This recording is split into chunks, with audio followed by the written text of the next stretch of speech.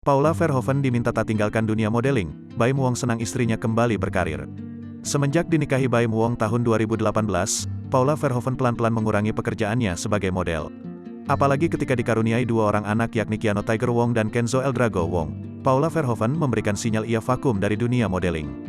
Paula Verhoeven seakan memberikan tanda dirinya ingin fokus menjadi ibu rumah tangga dan meninggalkan dunia modelingnya semenjak menjadi istri Baim Wong. Baim Wong buka suara, ia mengaku tak pernah meminta sang istri, Paula meninggalkan pekerjaannya sebagai model atau di bidang fashion. Saya selalu bilang ke dia, jangan ilangin jati diri kamu sebagai model, sambungnya. Pria berusia 40 tahun tersebut menegaskan, ia meminta Paula terus berkarir di modeling meski terbatas dalam hal berbusana. Bagi saya karir model dia bagus banget. Saya sih bilangnya seperti apa, mau dia punya toko baju dan segala macam, jangan ilanglah modelnya, jelasnya. Lantas apa alasan Baim meminta Paula tetap berkarir di modeling tapi tetap fokus menjadi seorang istri dan ibu dalam keluarga? Saya suka ketika istri saya kerjain apa yang dia cintai, tegasnya.